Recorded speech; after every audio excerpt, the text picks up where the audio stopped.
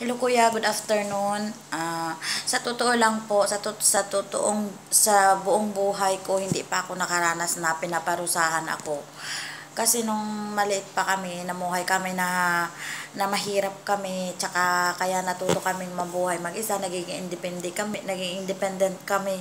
Kaya siguro nung sa school, hindi rin ako nakaranas ng mga penalty na mga ganyan. At saka siguro kung bata pa ako, nung bata pa kasi ako, wala talaga akong naranasan na penalty sa magulang ko. O yung yung ibig ko lang sabihin na kung magkakamali ako, naalala ko lang dati na yung maliit pa ako, nagkakamali ako sa tatay ko, pinapahalo lang ako ng stick.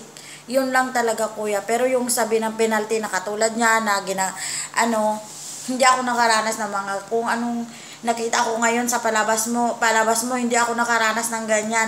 Pero nung maliit pa ako, yun, pinapalo ako ng tatay ko pag magkamali ako.